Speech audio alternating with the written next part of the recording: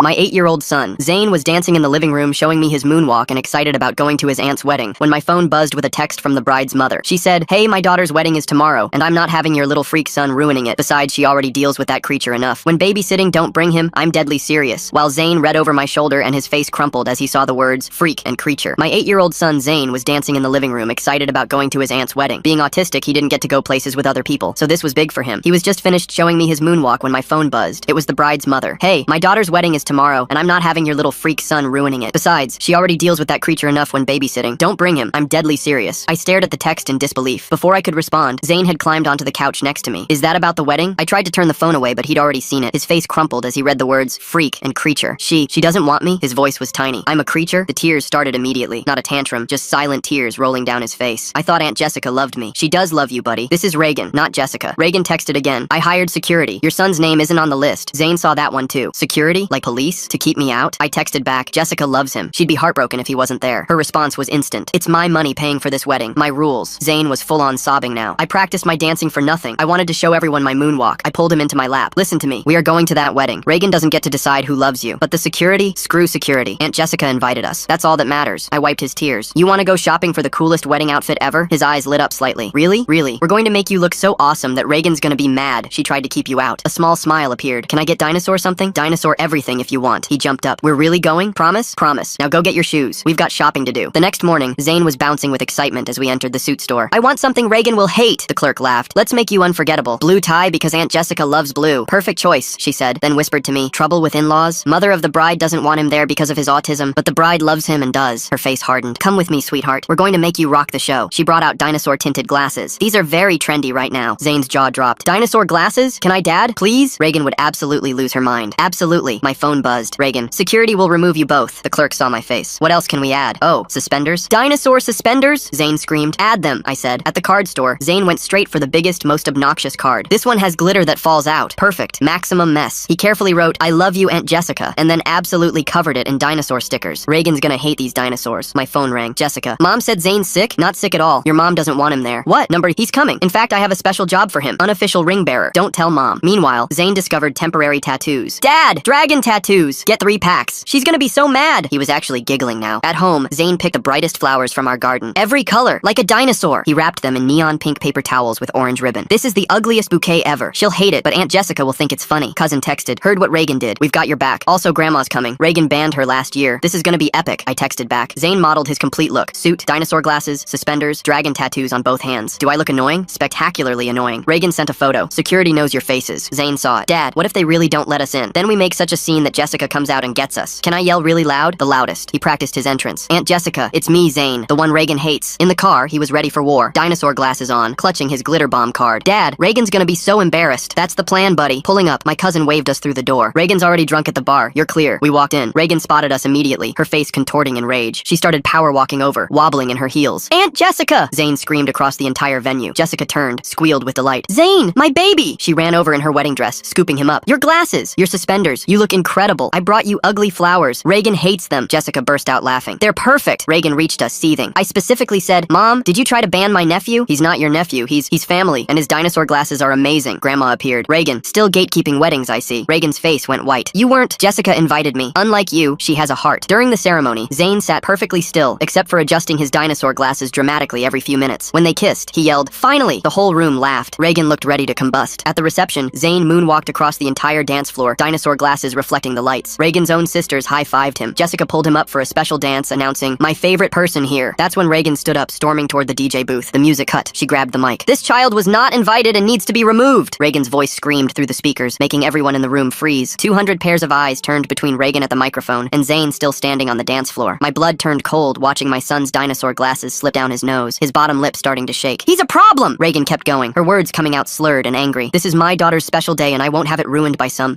Jessica jumped up from the head table so fast her chair fell backward. Her white dress swished as she ran toward her mother at the DJ booth. "Mother, stop!" Jessica's voice cut through the whole room. She reached for the microphone, but Reagan pulled it away, holding it above her head like a prize. "Everyone needs to know what kind of creature you brought to our family party," Reagan shouted into the mic. Zane's whole body started shaking. I watched him begin to rock back and forth, the thing he does when he's really scared. I pushed through the crowd trying to get to him, but Grandma beat me there. She wrapped her arms around him tight. "You're perfect, sweetheart," she said loud enough for the nearby tables to hear. "Don't listen to her." Robert stood up from the head table and walked calmly to the DJ booth, his jaw set hard. "Reagan Reagan, you're drunk. Give me the microphone. She held it tighter against her chest. This is my money, my wedding, and that thing shouldn't be here. The word thing made people gasp all around the room. Several of Robert's family members stood up from their tables. His mother called out from across the room, Reagan, that's enough. He's a child. I finally reached Zane and dropped to my knees, pulling him against me as tears ran down his face. I'm ruining everything again, he cried into my shoulder, his little body shaking. No, buddy, you're not ruining anything, I told him, holding him tight. Reagan is the one ruining things. Jessica finally managed to grab the microphone away from Reagan, yanking it hard. Everyone, I'm so sorry, she said, her voice shaking but strong. My nephew Zane is exactly where he belongs, with family who loves him. Reagan tried to grab the mic back, but Robert stepped between them, blocking her with his body. You're choosing that creature over your own mother? Reagan yelled, her voice carrying even without the microphone. That's when David stood up from his table. Reagan's husband had this look on his face I'd never seen before, dark and angry and done. Reagan, we're leaving. Now, David's voice was quiet, but everyone heard it. What? David, no! Reagan pointed at us, her arms shaking. They need to leave. David was already walking toward her, his steps steady and sure. I've watched you do this for 20 years, he said, reaching the DJ booth. You did it to my sister, to my mother, and now to an 8-year-old boy. I'm done. The room went so quiet you could hear the air conditioning humming. Reagan's face went from red to white in seconds. David, you don't understand. He's autistic. He'll ruin— The only person ruining anything is you. David's voice boomed across the whole room, making Reagan step back. Zane pulled on my sleeve, his dinosaur glasses sitting crooked on his face. Dad, should we go? I don't want Aunt Jessica's wedding to be sad. Before I could answer, Jessica appeared beside us, dropping to her knees in her wedding dress right there on the floor. Zane, sweetheart, you are the best part of this whole day, she said, tears running down her face and messing up her makeup. I'm so sorry about my mom. Will you dance with me, please? Zane looked at me, then back at Jessica, confused. But Reagan said— he started. Reagan is wrong, Jessica said firmly, taking his hands in hers. You're not a creature or a thing. You're my favorite nephew, and I love your dinosaur glasses and your moonwalk and everything about you. The DJ, who'd been watching everything happen, leaned into his microphone. How about we get this party started again? This one's for Zane. The opening notes of the song Zane had been moonwalking to earlier filled the room. Something doesn't add up about Reagan paying for this whole wedding when her own husband David seems completely fed up with her behavior. Makes me wonder if there's more to their financial situation than Reagan's letting. Half the room started clapping to the beat right away. Robert's mom shouted from her table, "Come on, Zane! Show us that moonwalk again!" Zane wiped his nose with his sleeve, and I saw a tiny smile starting to show. Reagan started walking toward us, wobbling in her heels and nearly tripping. This is my wedding! I paid for everything! But Grace and 3 other cousins stepped in front of her, making a wall with their bodies. Actually, Mom, Jessica stood up, smoothing down her dress. Robert's parents paid for half, and they want Zane here. Robert's dad nodded from across the room, raising his drink. The boy stays! Reagan spun around, looking for someone, anyone, to take her side, but even her own sisters were shaking their heads at her. You've gone too far this time, Reagan, one of them called out. Zane suddenly stood up, pushing his dinosaur glasses back up his nose with determination. I want to dance with Aunt Jessica. He took her hand, and they walked to the middle of the dance floor together. The whole room let out this collective "oh" sound as Jessica and Zane started dancing. He did his moonwalk while she spun around him, her dress floating out like a cloud. People pulled out their phones, recording everything. Reagan made one last desperate move, heading for the door marked "office." I'm getting the manager. This is against the law. David followed her, shaking his head like he couldn't believe this was his life. While Reagan was gone, the music kept playing, and Zane kept dancing with Jessica. When the song finally ended, he took this big dramatic bow that made everyone laugh and clap even louder. Dinosaurs are awesome! Someone shouted from the back, and Zane's whole face lit up as he pushed his glasses up proudly. Robert walked over and lifted Zane right up onto his shoulders. This is my new nephew, everyone. The coolest kid at this wedding. Zane laughed for real now, all those earlier tears completely gone. From up on Robert's shoulders, he could see the whole room full of people smiling at him, clapping for him, loving him. About 5 minutes later, Reagan came back dragging this tired-looking man in a black suit, the venue manager. These people weren't invited, she said, pointing right at us. The manager looked around the room, at Jessica in her wedding dress laughing, at Zane up on Robert's shoulders, at everyone having a great time. Ma'am, I see a wedding party with happy guests, the manager said carefully. The bride clearly wants them here. Reagan's face turned purple. I'm paying for this venue. Actually, Robert's father stood up, pulling out his phone. I have the receipt right here. We paid our half directly. Our names are on the contract too. The manager nodded and just walked away, leaving Reagan standing there. Reagan stood alone in the middle of the room with everyone staring at her. You're all going to regret this, she said, her voice cracking. Jessica, you're out of the will. Jessica actually laughed, like really laughed. Mom, you've been using that will threat for 15 years. I don't care about your money. I care about family. Real family that loves no matter what. David came back carrying Reagan's purse and coat. We're leaving, Reagan. Now. She tried to argue, but he was already guiding her toward the door. You can stay at your sister's tonight. I need to think. As Reagan got let out, she turned back one more time. That child will ruin your life, Jessica. Jessica walked over and took Zane's hand. The only thing being ruined tonight is your relationship with everyone who matters. The room stayed quiet for a moment after the door closed behind them. Then Grandma raised her glass high. To Zane, the best dancer at this wedding. Everyone raised their glasses, shouting, to Zane! Zane hid his face in my shoulder, happy but overwhelmed by all the attention. Dad, everyone likes me. I hugged him tight. They don't just like you, buddy. They love you. About 10 minutes later, the DJ leaned into his microphone. Special request from the bride. Everyone on the dance floor for the Zane train. Music started pumping, and Jessica led a conga line with Zane right at the front, his dinosaur glasses catching all the disco lights. He added his moonwalk moves to the conga line, and everyone behind him tried to copy it, laughing when they couldn't get it right. Robert's mom found me standing at the edge of the dance floor. Your boy is wonderful. Reagan's been a problem at every family party. Thank you for standing up to her. I watched Zane leading that conga line, adding spins and slides, everyone following him like he was the Pied Piper. He just wanted to celebrate his aunt's love. That's all he ever wanted. The party kept going strong for another hour hour when David came back alone. He found me by the bar, looking tired but somehow lighter. I'm filing for divorce Monday, he said. 20 years of watching her hurt people. Your boy was the last straw. I'm sorry, I told him, and I meant it. David shook his head. Don't be. Zane did us all a favor. Sometimes it takes a child's honesty to show us what we've been ignoring. Jessica and Robert came to find us for the official photos. We want Zane in all the family pictures, Jessica said. He's family. Real family. Zane fixed his dinosaur glasses all importantly, making sure they were perfectly straight. The photographer arranged everyone, putting Zane right in front. Perfect. The dinosaur glasses are actually great. Zane smiled huge, and for one shot, he did his moonwalk pose that made everyone crack up. Later during the cake cutting, Jessica called Zane up to the front. My nephew gets the first piece after us, she announced. Reagan's empty chair at the head table seemed to stare at everyone, but nobody cared. Zane carefully took his cake plate, then stopped. Aunt Jessica, will Reagan be mad at you forever because of me? Jessica knelt down in her dress. Baby, Reagan's anger is her choice. My love for you is mine. We were all eating cake when suddenly sparkles started falling from the ceiling vents like snow. The glitter I'd put in there earlier had finally worked loose from the air conditioning. I forgot about that, Zane shouted, jumping up with joy. Instead of being upset, everyone laughed and started dancing in the glitter rain. This is the best wedding ever, someone shouted. Jessica spun around in the sparkles, her white dress catching the light like a disco ball. Robert grabbed the microphone. Everyone, this glitter is courtesy of my new nephew Zane. Reagan said he'd ruin the wedding. Instead, he made it magical. The crowd cheered and kept dancing in the falling glitter. By 11:30, the party was winding down, and Zane had fallen asleep in my lap, still wearing his dinosaur glasses. Jessica and Robert stopped by our table one more time before they left. Thank you, Jessica whispered, touching Zane's hair gently, for bringing him anyway, for fighting for him. Reagan stole so much joy from my life. Not anymore. Robert added, we want Zane at every family event, every birthday, every holiday, and Reagan won't be there to stop it. I nodded, feeling something heal inside me that I didn't even know was broken. I carried sleeping Zane out to the car, his dinosaur glasses crooked on his face, glitter stuck in his hair. The parking helper who brought our car around said, that your boy who did the moonwalk? He was amazing. In the car, Zane woke up briefly as I buckled him in. Dad, did I do good? I kissed his forehead. You did perfect, buddy. You were exactly yourself, and that's always good. He smiled and fell back asleep. As I drove home, my phone kept buzzing with texts, photos, and videos from the wedding, all showing Zane dancing, laughing, being loved. Each message said something like, your son is wonderful, or Reagan was so wrong. The next morning, Zane woke up and immediately put on his dinosaur glasses. Can we go to more weddings? He asked over breakfast. But only ones where they want me there, not where I'm a creature. You're never a creature, I told him firmly. You're Zane. You're perfect. He thought about this while eating his cereal. Reagan thought I was a creature. Reagan was wrong about a lot of things. Around 10, Jessica texted a photo from the photographer. The family picture with Zane front and center, his dinosaur glasses and huge smile the focal point of the whole shot. Her message said, ordering 100 copies. Reagan can stay mad. That afternoon, David called. I wanted you to know, I'm setting up a college fund for Zane. Reagan controlled our money for years, using it to hurt people. Time to use it for good. I didn't know what to say. David, you don't have to. I want to. That boy showed more courage last night than most adults ever do. He deserves every opportunity. A week later, at Zane's regular therapy appointment, he told his therapist all about the wedding. Everyone clapped for my moonwalk, and Aunt Jessica said I was the best part. His therapist smiled at me over his head. This was huge progress from the boy who'd believed he was a creature just a week ago. And you know what? Zane continued, swinging his legs from the chair. When the glitter fell, nobody got mad. They said it was magic. Maybe being different isn't bad. The therapist wrote notes, nodding with a smile. How does that make you feel, Zane? Like maybe I'm not wrong. Like maybe I'm just me, and that's okay. He swung his legs harder, thinking, Reagan was the one who was wrong, not me. The therapist set down her pen and leaned forward. That's a very grown-up thing to understand, Zane. You're absolutely right. 2 weeks later, David called while Zane was at school. Thought you should know. Reagan signed the divorce papers. She's moving to Florida to live with her sister. How are you doing? I asked, because even though Reagan was awful, divorce is still hard. Better than I have in years, David said. I'm seeing my own family again. Reagan had me cut them off years ago. Reagan's threat about the will gets me thinking. How many times has she used that same tired line to control Jessica? The way David just quietly decides on divorce while watching all this unfold makes me wonder what other moments he's been storing up inside him over their 20 years together. My sister cried when I called her. Good for you, David. Listen, I meant what I said about Zane's college fund. It's all set up. That boy saved my life by just being himself. 3 weeks after that, Jessica called with news that made Zane jump around the living room for 10 minutes straight. I'm pregnant, and guess what we're calling the baby if it's a boy? What? Zane asked, pressing his face against my phone. Zane, after the bravest kid I know. Zane's eyes went huge behind his dinosaur glasses, which he still wore every day. Really? A baby named after me? Really? You showed me what real family means. I want my baby to be just as brave as you. A month after the wedding, Zane had to do a presentation at school about an important event in his life. He stood in front of his class wearing his dinosaur glasses and told the whole story. My great aunt tried to ban me from a wedding because I'm autistic, he said clearly, not ashamed anymore. But I went anyway, and you know what? Everyone else wanted me there. Sometimes one mean person doesn't speak for everyone. His teacher had tears in her eyes. Zane, that was incredibly brave. Class, what can we learn from Zane's story? A girl raised her hand. That being different doesn't mean being wrong? Exactly, the teacher said, and that standing up for yourself matters. Zane sat down with his head high. 3 kids asked to see his dinosaur glasses at recess. 2 months after the wedding, Reagan tried to reach out. She sent a letter, an actual paper letter, to our house. Zane found it first and brought it to me. It's from Reagan, he said, recognizing her name on the return address. I opened it and read it out loud. I've had time to think. Perhaps I was too harsh. If you apologize for disrupting my daughter's wedding, we can discuss Zane attending future family events with proper supervision. Zane looked at me. She still thinks I did something wrong. Yes, she does. Should we write back? I pulled him onto my lap. What do you think? He thought hard, pushing his glasses up. Number. She's not really sorry. She just wants us to say we were wrong, and we weren't. That's very smart, buddy. We threw the letter away together. 3 months after the wedding, we had Christmas at Jessica and Robert's new house. The whole family came, David included, looking happier than I'd ever seen him. Reagan's absence felt like a gift itself. Zane performed his moonwalk for everyone, and this time he added new moves he'd been practicing. Jessica, now showing her pregnancy, danced with him despite Robert's worried hovering. Remember when Reagan said you'd ruin everything? Grandma said, watching Zane teach his younger cousins the moonwalk. She was wrong about everything, I said. David overheard and came over. You know what the saddest part is? Reagan's alone in Florida, missing all of this. She chose her pride over her family. That night, as I tucked Zane into bed at home, he asked me something that showed just how far he'd come. Dad, do you think Reagan is sad? Probably. I'm not glad she's sad, he said carefully, but I'm glad she can't make other people sad anymore. That's a good way to think about it. He adjusted his dinosaur glasses on the nightstand. He'd gotten 3 more pairs since the wedding, all different colors. Dad, thank you for not letting her make me think I was wrong. You were never wrong, Zane. You're exactly who you're supposed to be. I know that now, he said. The wedding taught me, not everyone has to love me, but the people who matter do. I kissed his forehead, thinking about the terrified boy who'd thought he was a creature just 3 months ago. That boy was gone, replaced by this confident kid who knew his worth. Dad, he said as I reached the door. Yeah, buddy. Next time someone calls me a creature, I'm going to say, no, I'm a dinosaur, and put on my glasses. I laughed. That's perfect. And it was. My boy had learned the most important lesson of all, that other people's opinions of him couldn't change who he was. Reagan had tried to break him, but instead, she'd helped him find his strength. He wasn't a creature or a problem or anything she'd called him. He was Zane, and that was more than enough. Thanks for hanging out and wondering about stuff with me today. Definitely some interesting moments in there. See you next time. Like the video. It helps more than you think.